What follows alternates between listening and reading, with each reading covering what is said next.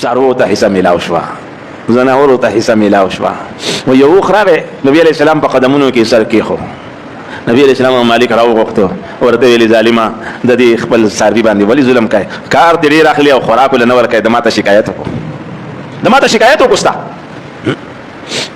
حدیث کې راځي یو یهودي یو هیرن اوسۍ ونسله، اوسۍ ونسله نو نبی علیہ السلام په لارې تېرېدو، نو هغه اوسۍ نبی علیہ السلام ته شکایت وکړو، یا رسول الله دې سړي زه نسلم، زما بچي دي هغه غر کې او د هغو د پیو ټیم دی، د دودو ورکولو ټیم دی، زما د هغه مامته هغه محبت او د بچو هغه لوږه ته ما خلاصه کړه چې زه خپل بچو له پی ورکړم، زه به واپس راشم.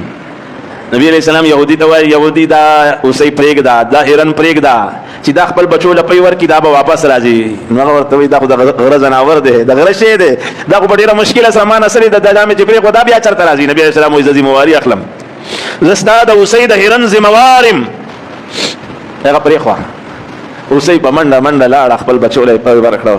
نبي علیه السلام له هغه ځای کې ولاړو چې اوسۍ بیا راورسېده او یهودي په خوا کې ودرېده.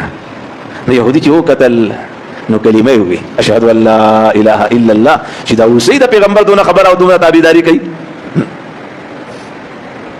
حدیث کې راځي، بخاری شریف روایت ده، حدیث کې راځي چې حضرت سلمہ ابن اکبر رضی الله عنه جلیل القدر صحابي دی، بهادر صحابي و. وی پیادل به دومره تیز لو چې د ګوړې نه د اس نه به مخکې کېدو، اس په هغه سره مقابله نه شو کولی. نو حضرت سلمہ ابن اکبر وی یو پیره ځنګل ته تللی ومنو، چې ومې کتل نو یو زمري یو اوسۍ دغه هرن دا یې نسل وه، په دې خوله کې وه. نو زور پسې روان شوم او اخر کار دا چې هغه اوسۍ مې د هغه زمري نه خلاصه کړه.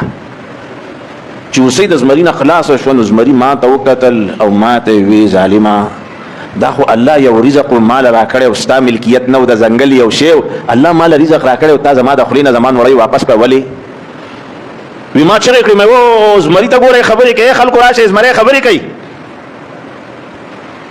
نو هغه زمري ما ته ویلې چې تی په دې خبره ته تعجب کوي چې زه خبرې کوم، په دې باندې تعالی تعجب درځي؟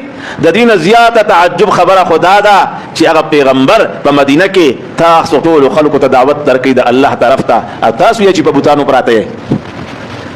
زما دا خبرې کول دومره تعجب نه لري، تعجب خو په تاسو باندې دی چې هغه تاسو ته الله طرف ته دعوت درکوي او تاسو مطلب دی چې د بوتانو کې پراته یې د هغه خبره نه اورئ.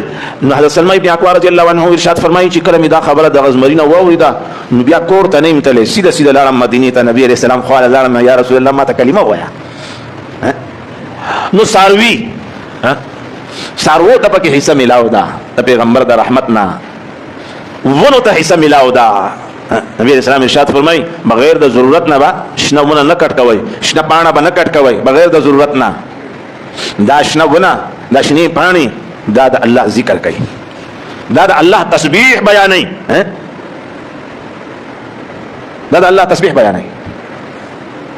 مړو ته حصہ میلاو شو، ژوندي دي اسه کوي، مړو ته پکې حصہ میلاو شو د پیغمبر د رحمت نه. اذکروا محاسن موتاکم، او سړی لال د دنیا نه مړ شو بس بیا هغه بس خبرې مکوه، خی یادوه د هغه بد مه یادوه چې پلانې داسې بدو، پلانې داسې بدو، پلانې داسې بدو.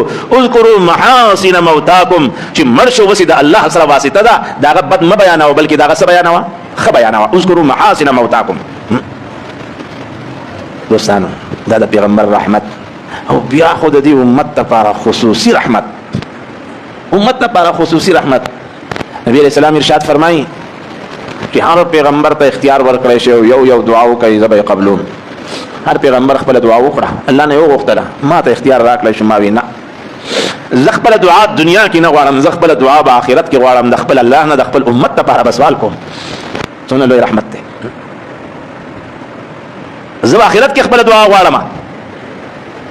دوستانو پیغمبر زمونږ دپاره څومره غمجن، څومره متفکره، څومره پریشانه. او دا تاسو ته وګورئ ما چې په احادیثو کې، نور احادیثو کې موږ داسې نه دي کتلي چې نور انبیا د خپل امت لپاره جوړلي دي. نور انبیاء متعلق روایات داسې نه دي راغلي چې هغه د خپل امت لپاره جوړلي دي سوا د نبی کریم صلی الله علیه وسلم نه،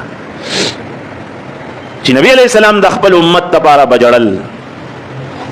حدیث کې راځي یو صحابي تپوس وکړو د الله پیغمبره په ګیره کې دي، په سر کې دي سپین ډکي شروع شو، نو حضور ته فرمایي زدي سوره هود او دی بوډا کړم، دی سورتونو بوډا کړم چې په دې کې ګورم چې د مخکنی امتونو لکم اکم عذابونه الله ورکړي دي، ګډي به ولیدلې دي، ګډو باران پې شوی دی، زلزلې پې راغلي دي، په ځمکه کې خښ شوي دي، او سورتونه مسخ شوي دي، خنزیران او بندران ته جوړ شوي دي. نو چې زه دا وګورم نو زه خپه شم، نو زه یم چې زما امت چې زما د امت سره داسې ونه شي.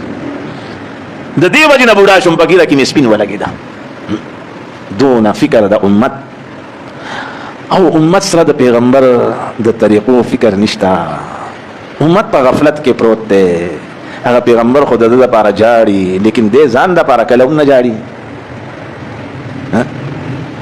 دوستانو الله پاک دې موږ تاسو ټول ته د نبي علیه السلام سره محبت د هغه په طریقو باندې چلېدل موږ تاسو ټول ته نصیب کړي.